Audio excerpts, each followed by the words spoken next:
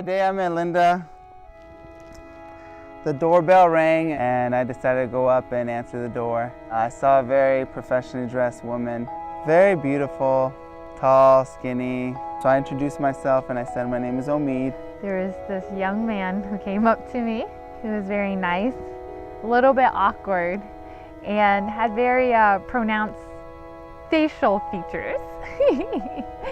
And he introduced himself as Omid.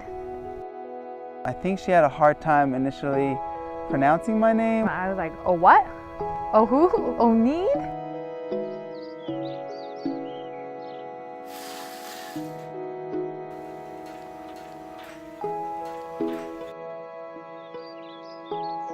And then he tried to tell me his last name, and oh Lord, that took a whole couple of weeks for me to figure out his last name. A couple of weeks after I started working at Progressive Insurance, I was just talking to everyone who was sitting at my table at work about where we were going, what we were going to do. And Omid walked by and goes, hey, what are you guys doing? So I told him, oh, we're going to this place called Blue, and you know, we're going to get some drinks and hang out and sing karaoke. I don't know if she was really inviting me because she was interested or she was inviting me for the sake of inviting me. So I met her up that night. I brought one of my friends.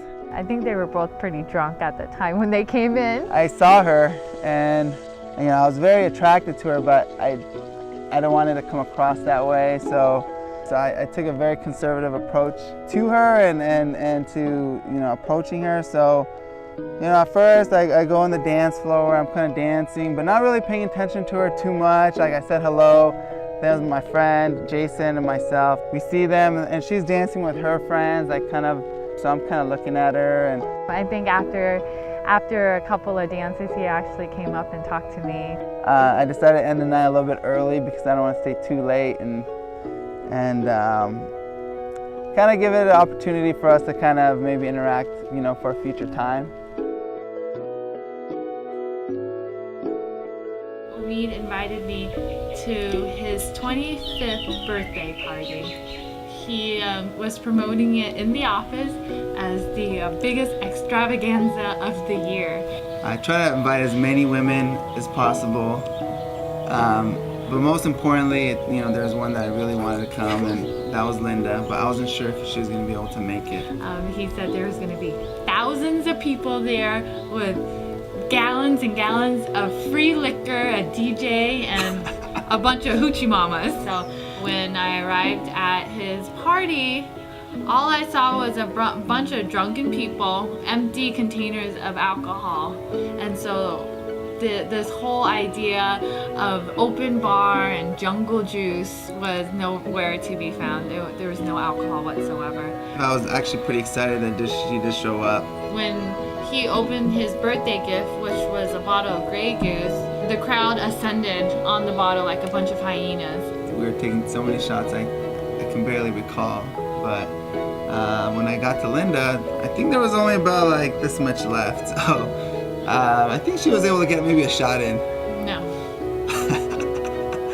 When she was leaving, I was just trying to find any way to keep her from leaving the house. I was wearing stiletto heels, and he said, come to my backyard, let me show you my chickens that I had. I said, chickens?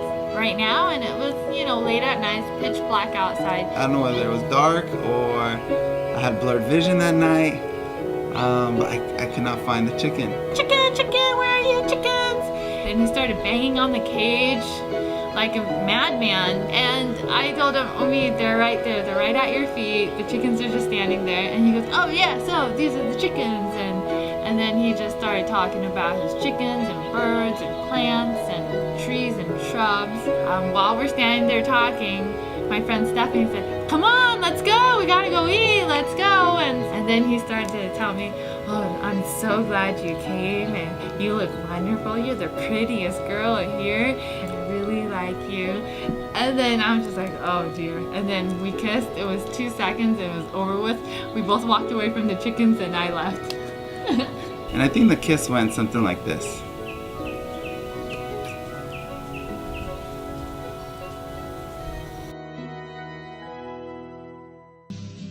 Well, he likes to wake up in the morning and make this really, really loud noise. Sometimes I have an itchy throat, and so what I have to do is I have to kind of make it, I have to like scratch my throat, so I make this noise.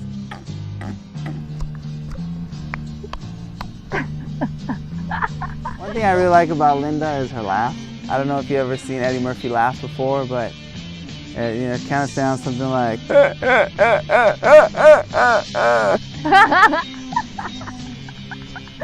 Oh my goodness. So I only have a couple trees, not that many. I could probably list them in my hand, I would think. Passion fruit trees, Dragon fruit, pink flesh. orange trees, Dragon fruit, white flesh. avocado tree, Mandarin, peach tree, cherry tree, mulberry tree, a white peach tree. blueberry tree. Actually, there's quite a few. I don't know how I've accumulated so many in such a short amount of time. Hey Omid, it's me. Well, I'm very excited for our big day today, and I can't wait to spend the rest of my life with you. I look forward to eating all the things that you will be growing for us and hopefully our future children. Love you. Cheers, babe. Linda, I want to tell you I love you. You bring joy to my life every day. I couldn't really imagine life without you, and I'm looking forward to the next chapter in our life, and I'm really optimistic about our future and what it holds for us. And I think you'll bring a lot of joy not only to myself but our future kids, and the family that we'll create, and you'll bring joy to all the people around you, which includes myself. Thank you for everyone for coming all the way here to celebrate our day together and to get to know my family and Omid's family. Thank you very much for everything that you've done for us. So cheers! Thank you for coming to my wedding. I am very appreciative of everybody coming, and I think everybody who's here has had some sort of impact in our lives, and we really appreciate you sharing this moment with us today. We love you. Bye.